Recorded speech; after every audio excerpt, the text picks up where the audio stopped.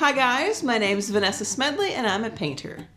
Well, we are going to paint this nice little beach scene right here from the Bahamas today because that is where my husband and I spent our honeymoon 10 years ago this month. So we're doing a little bit of celebrating. It's also a very beginner-friendly little scene here, and I'm also going to show you how to paint fluffy clouds in watercolor. So, let's do this! Here are today's materials. You can go ahead and screenshot that, or they are listed in the description for you. I'm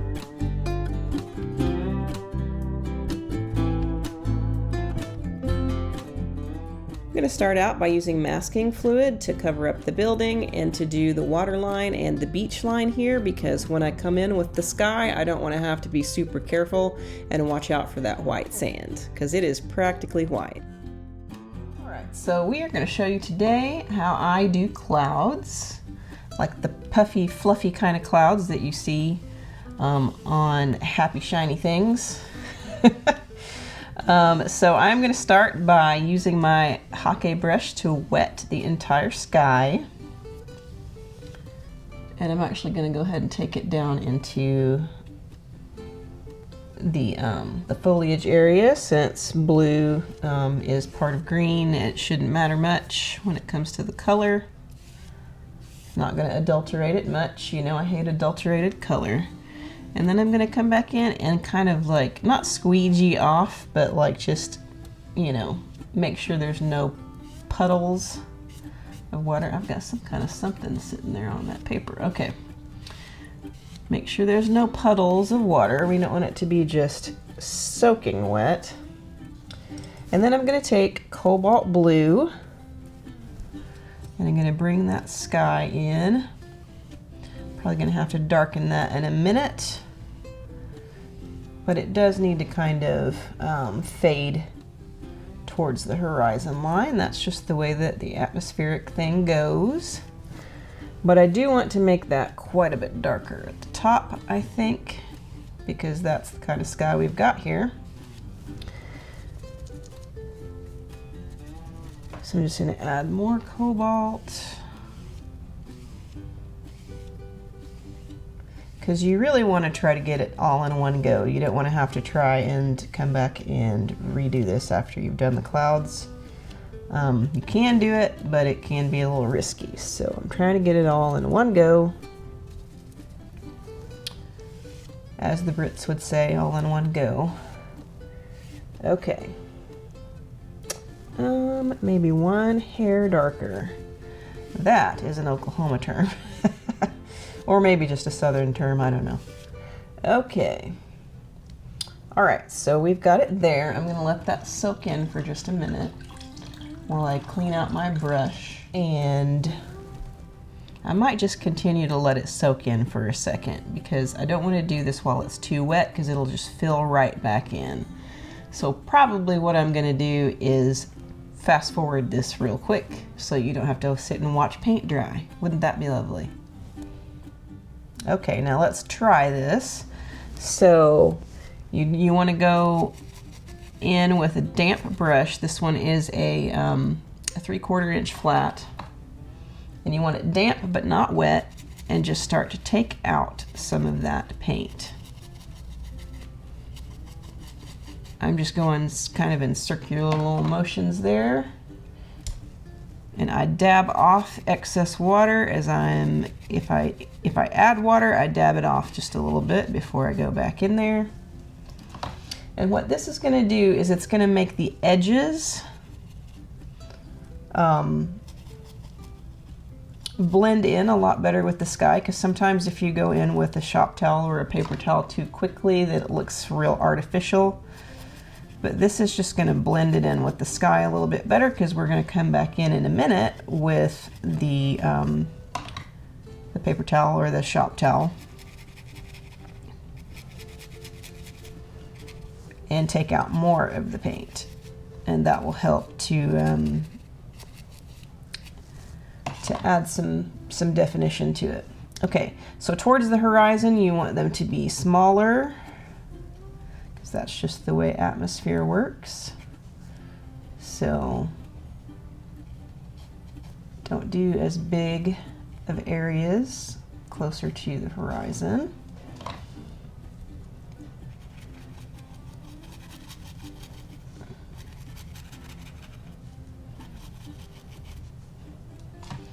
And I'm trying not to make them look too artificial, like Simpsons clouds or something like that, you know. And I mean, I did wait for a little bit, but it looks like it's still kind of filling back in. So I'm just gonna go ahead and come back in a little bit and do it again. Take more of that paint out. And I wouldn't do this with one of your best flat brushes. This was kind of one of my cheaper ones, so I don't care as much if the bristles get all squirrely from having done this.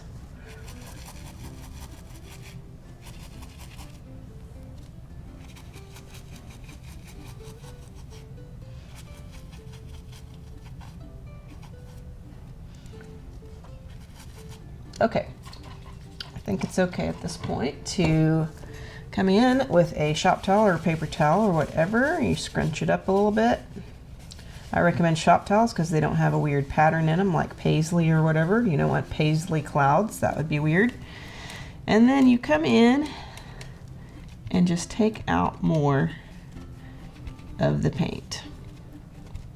In certain areas, you don't want to take it all out.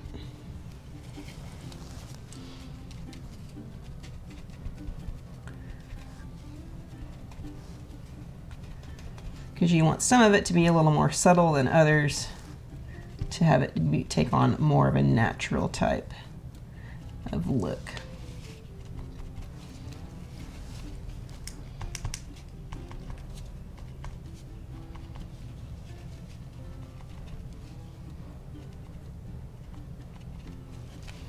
And then down here at the bottom, I'm going to go even smaller because it's the small areas near the horizon.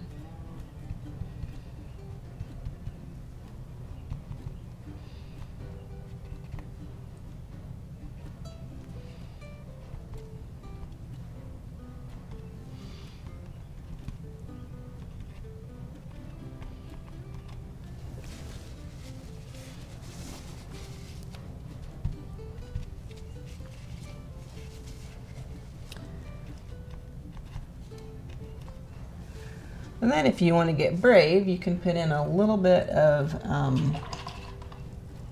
cloud shadow, and I'm going to use Payne's Gray for this. I mean, these are pretty happy clouds, so they don't need much shadow. That might be a little too dark, actually, still. Don't want to go too dark. You just want to put in a little bit of accent.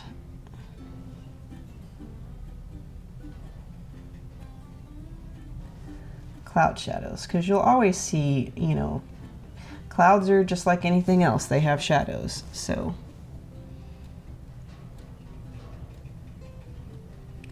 Just add in a little bit of that.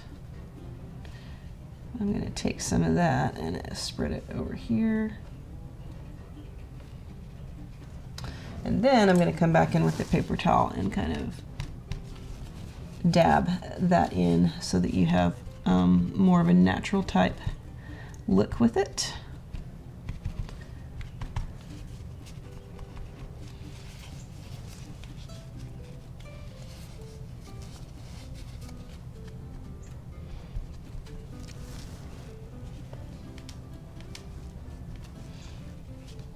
And there you go. I'm going to let that dry, and then if we need to remove any more pigment later, then we can do that dry. All right, so this is what it looks like dry. I think I'm just going to leave it like that. I don't think it needs anything else.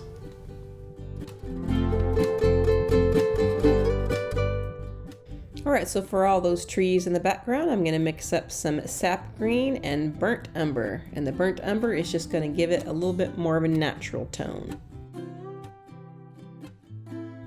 For the shadow, I'm going to use Perylene Green. So I am just using a dry mixture of that, and I am turning my brush on its side and dry brushing the top area. with the Sap Green mixture, and then coming back in with the Perylene Green at the bottom for the shadows. I'm going to go ahead and do that on both sides of this. You want to make sure and do this in kind of a random pattern. You don't want like uniform trees. They're definitely not all going to look the same.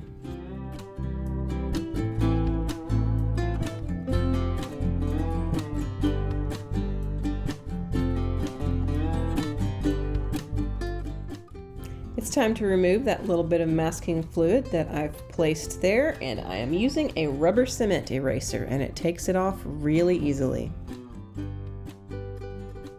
Next, I'm using just a little bit of clean water here and scrubbing it a little bit, dabbing out with a shop towel because I needed to add back in the grass area. Next, I'm mixing up the color for the water, and we are using Cobalt Teal Blue, and I'm adding just a little bit of Prussian Blue in there to take a little bit of that brightness out. And then I prepare a pool of Prussian Blue for the dark bits.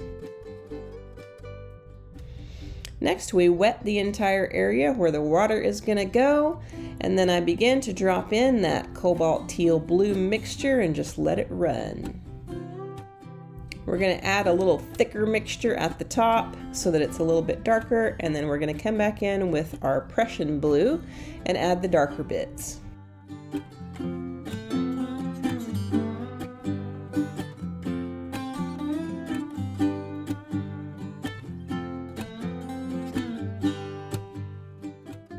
And as those colors get lighter as they dissipate, I am making sure to come back in and add darker, thicker consistencies of those colors because, I mean, you need to be able to see them for sure.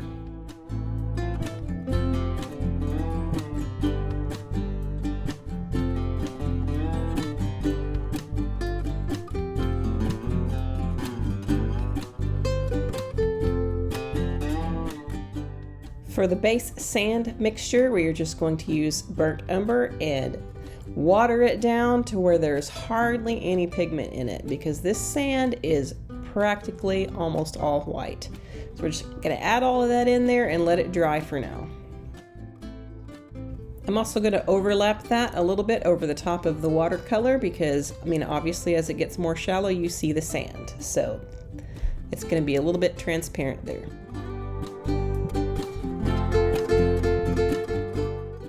Since all the water is dry except for the part where I just added the sand color, I'm coming back in and darkening up all of the areas and adding in the waves and the ripples with darker mixtures of the colors that I used before.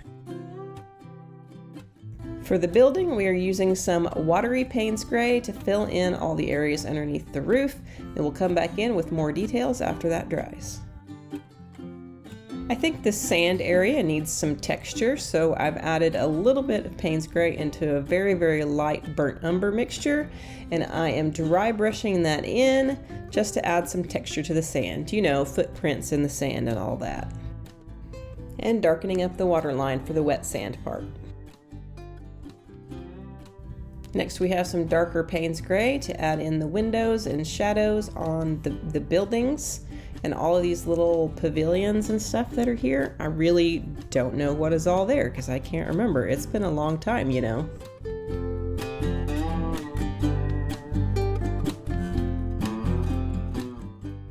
Then, as a nice little bohemian touch, of course, we're going to add in a couple of tiny little palm trees back here, or things that are shaped more like palm trees than the rest of them. And then we're going to darken up some of the shadows at the bottom of the trees with the Perylene Green. Next, we're going to add in the foliage that comes over the top of the building just to fill in all those random little gaps. And then we're just going to come back in with some final details, some darkening of some stuff. And here's the finished product, completely dried and all finished. It sincerely makes me want to go back, and I'm not even kidding. And there you have it, a nice relaxing beach scene. Don't forget to like, comment, subscribe, share, all of that stuff, because that's how this channel gets to grow. Thanks for watching. I'll see you again in 2 weeks.